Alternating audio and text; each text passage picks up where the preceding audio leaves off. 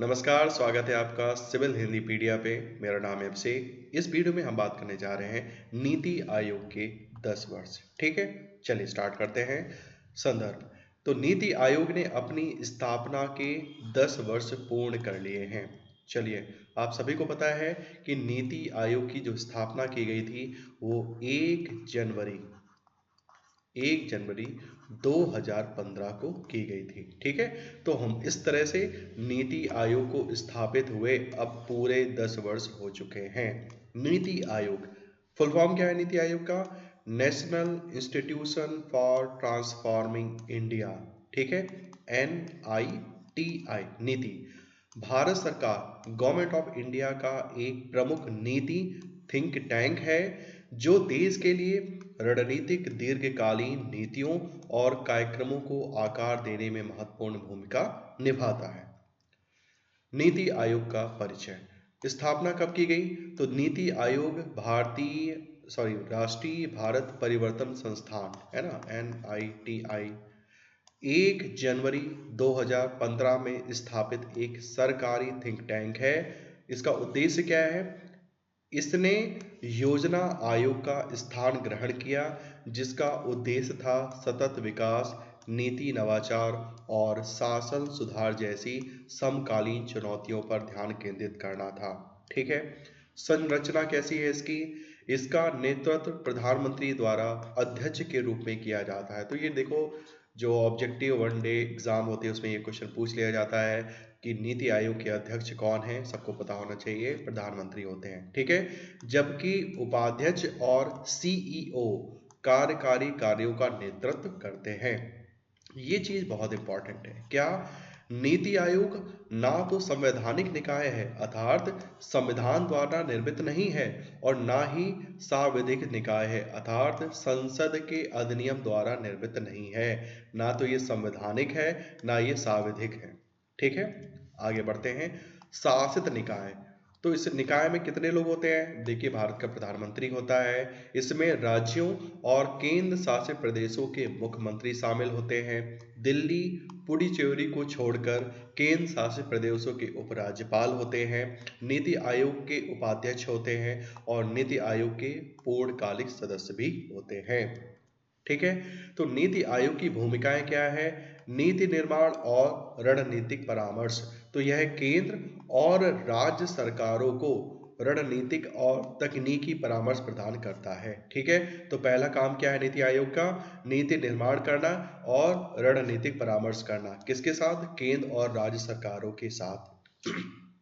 Next है सहकारी संघवाद को प्रोत्साहन देना। तो राज्य सरकारों को निर्णय लेने में केंद्र सरकार के साथ साझेदारी करने के लिए प्रोत्साहित करना। ठीक है, फिर है आपका निगरानी और मूल्यांकन। यह नीतियों और कार्यक्रमों के कार्यान्वयन की निगरानी और मूल्यांकन करता है तथा यह सुनिश्चित करता है कि वे दीर्घकालिक विकास लक्ष्यों के अनुरूप हों। नवाचार एवं अनुसंधान। इसका उद्देश्य महत्वपूर्ण क्षेत्रों में नवाचार, अनुसंधान और नई प्रौद्योगिकियों को बढ़ावा देना है। फिर है आपका सतत विकास लक्ष्यों, सस्टेनेबल डेवलपमेंट गोल्स, SDGs को बढ़ावा देना। नीति आयोग भारत के विकास कार्यक्रमों को वैश्विक सतत विकास लक्ष्यों SDGs के साथ संरेखित करने में भूमिका निभाता है। अब यहाँ पर हम बात करने जा रहे हैं योजना आयोग और नीति आयोग के बीच मुख्य अंतर क्या है। काफी इंपॉर्टेंट है। तो देखिए, प्रमुख पहलू क्या है? उद्देश्य। तो योजना आयोग का उद्देश्य क्या था? केंद्रीकृत पंचवर्षीय योजना और संसाधन आवंटन करना। लेकिन नीति आयोग का क्या उद्देश्य है? सहकारी संघवाद, दीर्घकालिक विकास और नीति अनुसंधान पर ध्यान केंद्रित करना। संरचना की बात करें तो योजना आयोग, इसका नेतृत्व प्रधानमंत्री करते थे तथा इसमें एक उपसभापति और पूर्णकालिक सदस्य होते थे। यदि हम नीति आयोग के संरचना की बात करें तो इसका नेतृत्व अभी भी प्रधानमंत्री करेंगे तथा इसमें एक उपाध्यक्ष होगा, CEO और गवर्निंग काउंसिल होगी। दृष्टिकोण। तो योजना आयोग का जो दृष्टिकोण था वो था टॉप डाउन दृष्टिकोण, केंद्रीकृत योजना। लेकिन जो नीति आयोग है वो बॉटम अप दृष्टिकोण, राज्य की भागीदारी और सहयोग को प्रोत्साहित करती है। शासन में भूमिका, तो योजना आयोग नीति कार्यान्वयन पर कार्यकारी प्राधिकार था।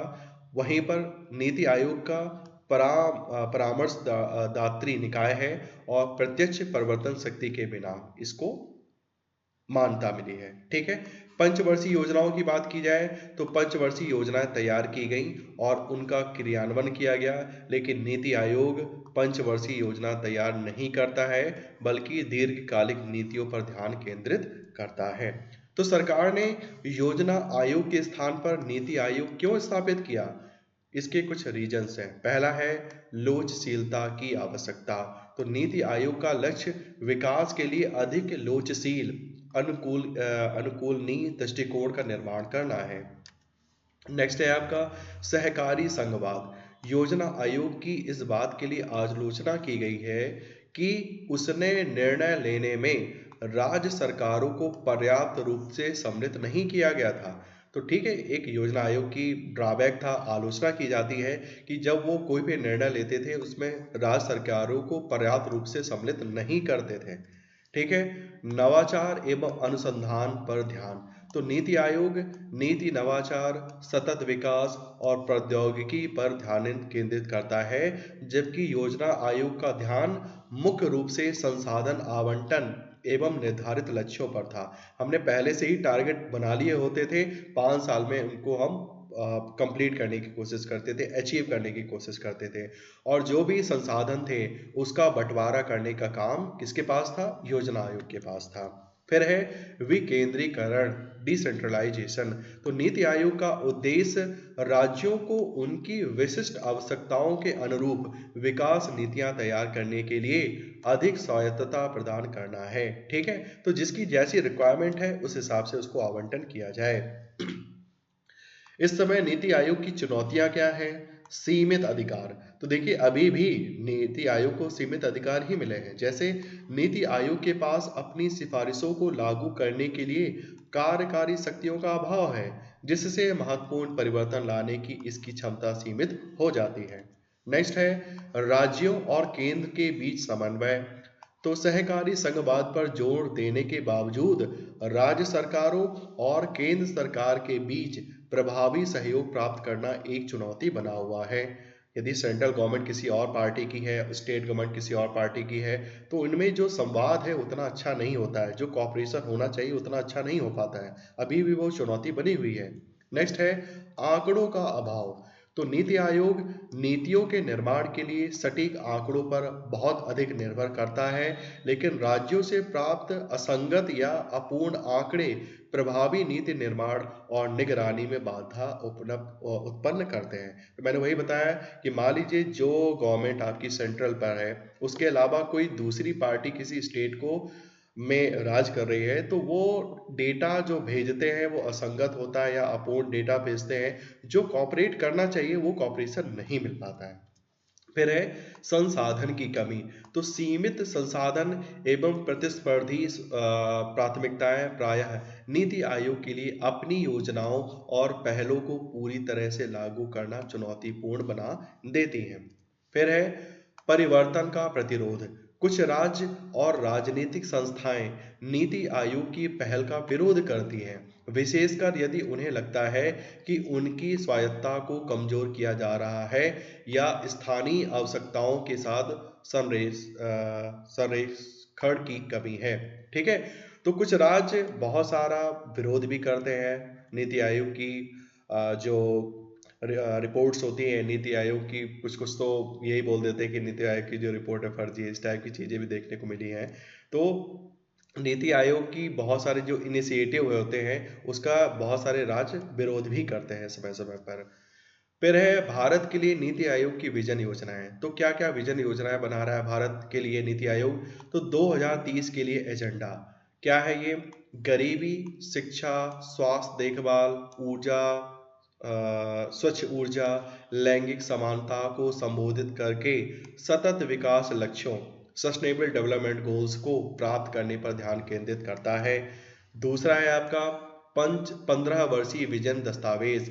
तो इसका उद्देश्य 2020 से 2035 तक भारत के विकास के लिए एक रोड मैप तैयार करना है, जिसमें आर्थिक विकास, सामाजिक समानता और पर्यावरणीय स्थिरता पर ध्यान केंद्रित किया जाएगा।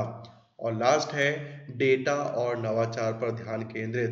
तो आर्थिक विकास को बढ़ावा देने और शासन में सुधार के लिए डिजिटलीकरण, नवाचार एवं साक्ष्य आधारित नीति निर्माण को बढ़ावा देना। ठीक है, तो ये सब हमारे नीति आयोग की विजन योजनाएं हैं। Thank you. इस वीडियो में इतना ही था। आशा करता हूँ आपको ये वीडियो पसंद आया होगा। मिलते हैं नेक्स्ट वीडियो में, तब तक के लिए टेक केयर। आपको इस वीडियो की जो पीडीएफ है वो हमारे Telegram channel civil Hindi pedia classes से मिल जाएंगे। Thank you.